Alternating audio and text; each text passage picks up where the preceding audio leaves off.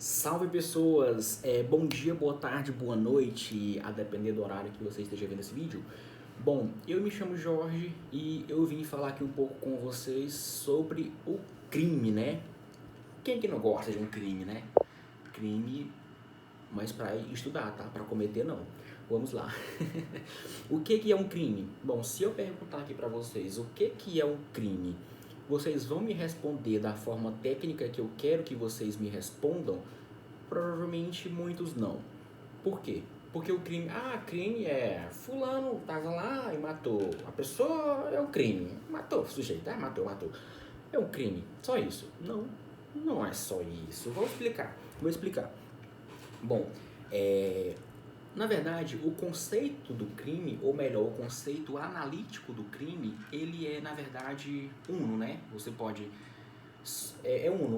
O crime é um conceito uno, pô. É uma coisa só. Só que por questões didáticas, os doutrinadores pretéritos, eles acharam melhor, acharam mais viável para o ensinamento das pessoas que estavam ali diante do ensino jurídico, do termo do crime, acharam melhor dividir, estratificar o conceito do crime para que ficasse melhor compreensível a terceiros. É como se um geólogo, né, aqui partindo agora da premissa dos ensinamentos de Zaffaroni, né, grande Zaffaroni, disse que é o chamado conceito estratificado, né, da teoria do crime. O que é esse conceito estratificado? É como se o geólogo, para que melhor estudasse as rochas, ele dividisse as rochas, né, ele estratificasse as rochas para que haja uma melhor compreensão a partir da divisão das rochas, para que ele minuciosamente veja cada detalhe das rochas e para que fique melhor compreensível e mais didático para ensinamentos alheios, né? Ele vai dividir a rocha e vai olhar cada detalhezinho e vai pegar os pormenores da rocha para que ele explique melhor como é que funciona aqueles elementos que formam, né, a rocha. É o mesmo caso no crime. O crime é uno, o crime é uma rocha, pô, o crime é uma rocha. Para que seja dividido o crime, eles pegaram ele e estratificaram em três partes. Como assim três partes? O fato típico, ilícito e culpável, que na verdade são mais crivos, né? Crivos, como assim? Para que são três crivos, né? Para que a minha conduta passe pelo primeiro crivo, segundo crivo e terceiro crivo, para que lá no final, né, possa ser possibilitado ao Estado de oferecer uma pena contra mim por praticar uma conduta, né? Então é como se fosse isso, é como se fosse crivos que a minha conduta passará para que o Estado ele olhasse e dissesse, não, a tua conduta está passando por crivos, né? Por etapas, e lá no final passou por todas as etapas, é crime, tu vai ser punido, pega pena, pá, você preso. Bom, o fato típico, né, que aí começa, que são divididos em três, que eu falei antes, né, que é o fato típico, ilícito e culpável. Bom, só que por questões didáticas, né, é ensinado, né, por sequência, né, o fato típico primeiro, ilícito e culpável. Questões mesmo didáticas, bom, questões mais burocráticas do ensino jurídico, mas enfim, vou seguir aqui a linha majoritária de ensinamento dessa área do direito penal, que trata sobre o conceito do crime. Bom, o fato típico, depois eu passo para os dois, né, que é o ilícito e culpável. Vamos nos ater ao fato típico. Lembrando que cada etapazinha dessas três etapas, que são três, cada uma delas se subdivide, tá? Então eu vou explicar aqui direitinho, vocês vão entender de uma forma pormenorizada, para que seja de uma forma, ao mesmo tempo que é pormenorizada, de uma forma resumida, para que em um vídeo só vocês entendam um pouco, ou ao menos tenham uma melhor compreensão do significado do conceito do crime. Bom, vamos lá para o primeiro crivo. O primeiro crivo é o fato típico. Tá, mas tu disse que cada crivo se subdivide. Qual é a subdivisão do fato típico? A conduta, o resultado, o nexo causal e a tipicidade. Bom, vamos lá para a conduta. O que é a conduta? É isso mesmo que tu tá pensando. A conduta é você agir ou você deixar de agir, né? Tem a conduta que se chama de ação ou omissão. um exemplo, eu tô aqui agindo com ânimos necandi. O que é isso? É a vontade de matar alguém, é o dolo de matar alguém. Se eu estou agindo nesse ânimo, se eu pego a minha arma e desfiro os projéteis dela contra o meu desafeto, eu estou agindo, eu estou praticando uma conduta, estou praticando uma ação? Estou. Então já passou ali pelo certo crivo. Então, e o resultado, o que é? Se da minha conduta eu pratiquei um ato, né, que foi capaz de ferir alguém do outro lado, feriu alguém, houve um resultado, né, a depender do caso, né, agora aqui partindo para a parte especial do Código Penal, se houve um resultado, seja ele lesão corporal, né, que está diante do artigo 129, seja lesão corporal grave ou leve, enfim, ou até se por questões piores, né, que venha a ocorrer um homicídio, né, já estamos aí diante do artigo 121, né. Então, houve esse resultado? Houve. O resultado foi o quê? A morte do cara, pô, ou então o ferimento dele. Houve. E o nexo causal, o danadinho nexo causal, o que é isso? Ele já está lá no artigo 13 do Código Penal, né, chamada relação de causalidade. O que é isso? Bom, a relação de causalidade é o que vai determinar que a minha conduta foi responsável pela morte do agente ou pelo ferimento do agente, né? É como se a minha conduta, é como se a relação de causalidade fosse determinar se a minha conduta foi responsável por matar fulano. Um exemplo, fulano é meu desafeto. Eu fui lá e matei ele, né? Tô aqui com a minha arma, tal, matei, atirei, matei nele. Tá, vai ocorrer a perícia e vai ser determinada, né, através da perícia que eles vão fazer, que o projétil que está contido na pessoa do meu desafeto foi a mesma que saiu da minha arma. Houve essa relação, né, entre a minha conduta e o resultado? Houve. Então, chamamos isso de nexo causal, né? Houve aí uma relação de causalidade. Bom, já passamos. Houve tudo isso? Houve. Houve conduta? Houve. Houve resultado? Houve. Houve relação entre a minha conduta e o resultado? Houve.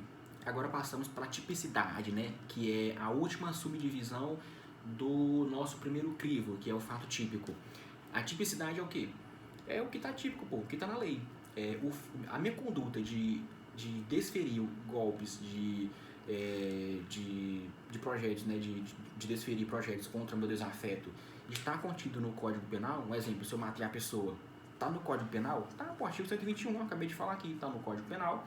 Você pega lá, vai lá na lei, artigo 121, está típico, está contido na lei? Tá. Então aí passamos já por um crivo, pelo primeiro crivo no caso, né? Então a minha conduta já está prestes a ser considerada crime pelo julgador, né? Pela lei, lá na frente. Bom, primeira fase superada, primeiro crivo superado. Vamos agora para o segundo crivo, né? Que é a ilicitude. O que é a danada da ilicitude? Bom, aí, né? É como eu falei, lá no começo, né? Se a pessoa fala, fulano matou alguém, então fulano cometeu um crime. Não, vamos lá, vamos entender agora. Nesse ponto aqui é o ponto nevrálgico para tu entender isso de uma vez por todas, que você simplesmente matar alguém não significa dizer que você está cometendo um crime e que você vai ser punido. Vamos lá. Na ilicitude, temos aqui as excludentes, né, de ilicitude, que no caso está lá no artigo, salvo me engano, 23, 24 e 25 do Código Penal, né, que são a legítima defesa, estado de necessidade, tem também o estrito cumprimento do dever legal e o exercício regular de um direito. Vamos lá, partes por partes, né? O que é a legítima defesa? A legítima defesa é você se defender de uma ação humana. Um exemplo, o meu desafeto está na minha frente, eu vendo que ele vai sacar uma arma para que me mate, né? Eu vejo que ele está com ânimos necante, né, de me matar, né, como já falei no início, ânimos necante, vontade de matar. Se eu vejo que ele está com essa vontade de me matar, e só um esclarecimento rápido, tem que ser iminente, tá? A conduta. Não é porque um sujeito tentou me matar, não conseguiu, foi embora, tá na casa dele, aí no outro dia eu volto lá e eu vou agir em legítima defesa, né? Eu vou matar ele porque ele tentou me matar hoje, aí amanhã eu tô indo lá matar ele. Não, isso é vingança, tá? Isso não é legítima defesa. Legítima defesa é quando a ação do desafeto está na iminência. O que é iminência? Está prestes a acontecer. Então, se eu deixar para matar o meu desafeto que tentou me matar hoje, amanhã eu não vou estar ali amparado pelo sistema da excludente de ilicitude, né? Já que no nosso segundo crivo, não vou estar amparado por ela, porque isso caracteriza vingança e não propriamente legítima defesa. Bom, também vale frisar, né? Aqui vale frisar que a ação, para que seja configurada como legítima defesa, tem que ser uma ação humana. Lembre, isso cai em prova, isso cai muito em prova. Por que é uma ação humana? Questão CESP. Por que é uma ação humana? Fulano aqui está foi se defender, né? Aqui em termos mais simplórios, né? Claro que a CESP não vai dar uma questão para ti usando termos coloquiais, mas aqui para ficar mais compreensível, né? Até por questões mais didáticas também, fulano se defendeu de uma ação de um cachorro. Ele foi lá e matou o cachorro. Foi legítima defesa? Não, o cachorro não é humano, pô. A ação, né, do cachorro que vai te morder não é uma ação humana. Agora, se for o caso de o dono do cachorro falar, vai Rex, e o Rex pular em ti e tu matar o Rex, aí foi legítima defesa. Por quê? Porque a ação do cachorro estar te mordendo foi proveniente de um comando humano. Como assim? Um sujeito humano, uma pessoa humana, deu os comandos, né? Disse lá pro cachorro lá, vai Rex, pula.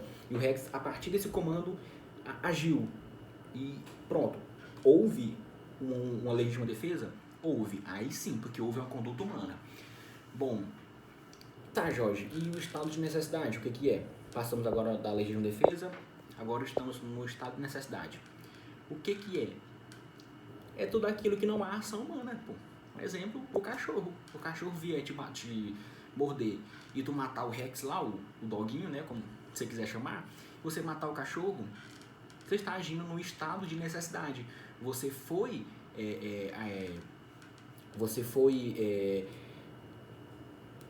forçado a agir no estado que você estava em necessidade de agir, né? Você agiu no chamado estado de necessidade, né? Você estava naquele momento que foi viável você matar o cachorro e, enfim, matou o cachorro, matou o seu movente do fulano. E aí, matei. Pô, ele ia me atacar, não ia deixar. Está na necessidade. E agora passando para outro. Ainda lembrando, ainda no segundo crivo, tá?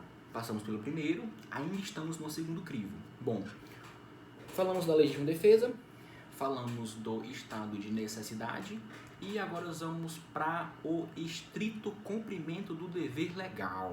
O que é isso? Bom, vamos supor que há uma ação de um roubo de um banco numa cidade, uma cidade X. Estão lá os policiais, vão lá coagir os bandidos e acaba para que cesse, né, aquela conduta perigosa, né, dos bandidos, os policiais acabam desferindo tiros contra um sujeito que está praticando roubo e acaba matando o sujeito, né? Houve crime de homicídio? Houve um homicídio, artigo 121, matar alguém. O policial matou alguém? Matou, só que ele estava amparado pelo estrito cumprimento do dever legal. Ele estava ele estava cumprindo o que o dever dele na Constituição fala, que é o quê? É cessar os problemas, né? Gerar ser guiado para cessar problemas sociais, né? Guardar a paz pública, né? Então ele está agindo para cessar um problema, tá? Para que fosse cessado esse problema, foi necessário matar a pessoa? Foi. Então ele agiu em cumprimento ao que a lei determinou para ele. Cumprimento legal, lembrando que legal vem de lei legal. E o outro, exercício regular do direito. Quando se fala nesse exercício regular do direito, eu só lembro das lutas de boxe.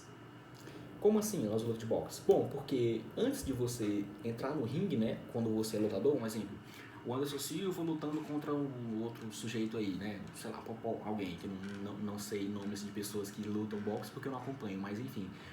Anderson Silva, para ele entrar no ringue, ele assinou contrato, claro. Então, se ele vier a nocautear um sujeito dentro do ringue, e ou matar um sujeito, ou desferir um golpe que gere no sujeito uma lesão corporal, que há muito, pô. O cara tá lá batendo no outro, bate no olho, houve lesão corporal? Houve. Ele vai ser preso por isso? Não, por quê? Porque ele está no exercício regular do direito. Por quê? Porque eles pactuaram, né, antes de entrar na luta, esses pequenos detalhes, né? Eles pactuaram, vai haver possibilidade de você sair da luta todo quebrado, vai. Tu vai querer mesmo assim? Vou. Então tô lá no ringue, vou lá, beleza, luto, saio ferido. Outro exemplo também, nas partidas de futebol. Futebol, sim. Tá lá um sujeito, Neymar, que gosta de cair, né, vocês sabem. Vai lá, só que dessa vez ele não vai cair porque quer. Vamos lá, Cristiano Ronaldo. Vai lá, Neymar tá aqui, Cristiano Ronaldo aqui. Ele com aquelas pernas pequenas que ele tem, né, vai lá e dá um carrinho no Neymar. Se o Neymar cair de um mau jeito e machucar, um exemplo, o braço, ou até, vamos para um exemplo real, na Copa que teve de 2014, que aquele sujeito, salvo me engano, da África, de algum time da África, desferiu aquele golpe nas costas do Neymar, que deixou ele impossibilitado de continuar o restante dos jogos. Ali foi lesão corporal, pô, foi. Ele pode ser preso por isso? Não, foi pactuado antes que poderia haver essas questões, né, de lesão corporal. O máximo que ele pode levar é questões ali administrativas, né, do próprio jogo, né, o exemplo é um cartão vermelho, um cartão amarelo, enfim, essas questões que ele pode ter, mas não vai ser crime. Bom, explicado todos, lembrando que eu já passei pelo primeiro crivo, que foi o fato típico, passei agora pelo segundo, que é o ilícito, né, que eu já expliquei todas as subdivisões do ilícito, né, que foi o quê? Legítima defesa, estado de necessidades, estrito cumprimento do dever legal e o exercício regular de um direito, né, do direito. Agora nós vamos para o último crivo, né? Se a minha conduta já passou pelo primeiro crivo, pelo segundo crivo, agora pelo terceiro crivo, vamos ver. Qual que é o terceiro crivo? É culpável. Agora, se passou pelo culpável, aí sim eu vou estar cometendo um crime e o Estado vai ser capaz, né? Ele vai poder. O Estado que eu falo é o juiz em nome do Estado, né? O dever do juiz, né, em nome do Estado é aplicar a pena para o sujeito que agiu numa conduta e que essa conduta passou pelos três crivos. Vamos lá. Vamos explicar agora a última parte, que eu acho que é uma das mais importantes, né, para que seja oferida o crime, né, para que seja realizado por completo a imputação de um determinado crime a um sujeito, para que esse sujeito possa ser apenado.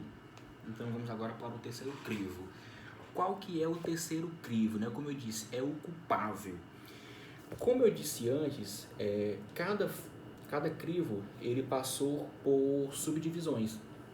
Com o culpável não vai ser diferente. Também tem subdivisões, né? Como eu disse, o conceito do crime é uno, só que por questões didáticas ele foi dividido em três partes: fato típico, subdivisões, ilícito, subdivisões e culpável, subdivisões, que eu vou explicar agora. Lembrando que as subdivisões do fato típico é conduta, resultado, nexo, causa, tipicidade.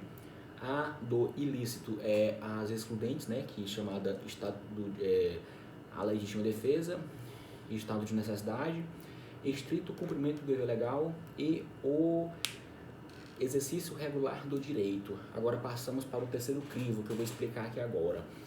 Qual é o terceiro crivo? Chamado culpável. No caso, o terceiro crivo e as subdivisões. Quais são as subdivisões? A imputabilidade, a potencial consciência da ilicitude e a exigibilidade de conduta diversa. Vamos lá, vamos explicar partes por partes para que possa ser compreendido, né? Vamos lá, a imputabilidade, o que é? Bom, a imputabilidade é a capacidade de você receber a pena. Mas como é que eu sei que eu sou capaz de receber pena? Bom, no Brasil, você pode receber a pena, né? No caso, você é imputável a partir do momento que você completa 18 anos. Então, se tu completou 18 anos, tu já é imputável, ou seja, tu já pode ser, você já pode ser imputado uma pena. Então, você já pode ser preso. E é isso. Por isso que abrem cadeira, 18 anos completou, vai ser preso. E, enfim, então se você tem menos de 18 anos, você é chamado inimputável, você não pode receber pena, né? Você está impossibilitado de receber pena pelo Estado. No máximo aí medida de segurança, medidas ambulatoriais, mas aí já é questão mais de outro assunto, de outro tema, mas enfim.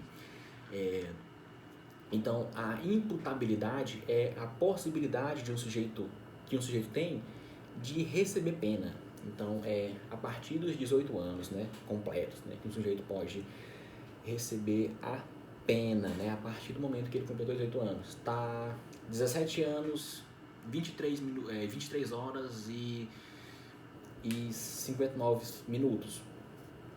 Ele é inimputável. Se fez meia-noite do dia que ele completa ano, ele já é imputável. Então, saiba disso, pode cair na prova também. Bom, e o que é a potencial consciência da ilicitude? Vamos lá. A potencial consciência da ilicitude, o próprio nome já diz. O próprio nome já entrega, né, o que é essa potencial consciência da ilicitude. É você ter ciência de que aquela conduta que você praticou é crime. Só que, claro, né, para eu cometer uma conduta, um exemplo, eu vou matar alguém. É claro que eu sei que matar alguém é um ato imoral e que coincidentemente e que consequente a isso eu vou ter pena, né? Então, se eu sei disso, né? Até porque é impossível você não saber disso hoje em dia, né? Que você matar alguém é considerado crime, né? Pelo Estado, né? Pelas leis. Então, se eu praticar essa conduta, já passou pelo primeiro crivo, segundo crivo, terceiro crivo. Ah, eu sabia. Enfim, passou já pelo terceiro. Vamos dar um exemplo de casos de potencial consciência da ilicitude. Vamos lá. Houve no Brasil uma época de shows que lá na década de 60, 70, não lembro, que o Bob Marley veio fazer um show no Brasil. Sim, ele veio fazer um show no Brasil e como lá na Jamaica é permitido, né, para que você tenha a maconha para uso pessoal, é permitido. Só que não para questões de você de vender, né, que já é considerado tráfico, né, mas para você ter para uso pessoal é normal. Então ele veio da Jamaica para cá, tava no aeroporto, ele fez o quê? Fumou, né, cara? Uma maconhazinha e tal. Só que no Brasil isso não é permitido ainda. Então ele estava praticando uma conduta errada, Só que aqui nesse caso, ele como veio de fora do Brasil, ele tinha ciência das normas do Brasil, de que aquele fato que ele estava tendo, que no país dele era comum, no Brasil era errado. Não, cara, isso por questões de senso, você até concorda comigo de que o cara agiu numa boa fé, cara. Ele não estava ali agindo dizendo, eu sei que é crime, eu vou fumar porque eu sei que é crime, vou fumar aqui, ok, policiais, aqui eu estou fumando. Não, ele não sabia que era crime, portanto, ele foi levado, claro, para a delegacia, né? Os policiais federais na época conduziram ele à delegacia, ele prestou lá o seu depoimento, claro, ele disse que, com certeza, afirmou lá que não sabia, que no país ele era normal, que ele não tinha ciência, então já não cometeu aí o crime, né? Não foi possibilitado a ele ser recebido a pena pelo Estado brasileiro. Então esse foi um exemplo claro aí de potencial consciência da ilicitude. Ele não tinha essa potencial consciência de que aquele fato era ilícito, né? Ele não tinha essa consciência. Então pronto, a partir daí. E vamos lá para o terceiro. Exigibilidade de conduta diversa, né? Que é a última subdivisão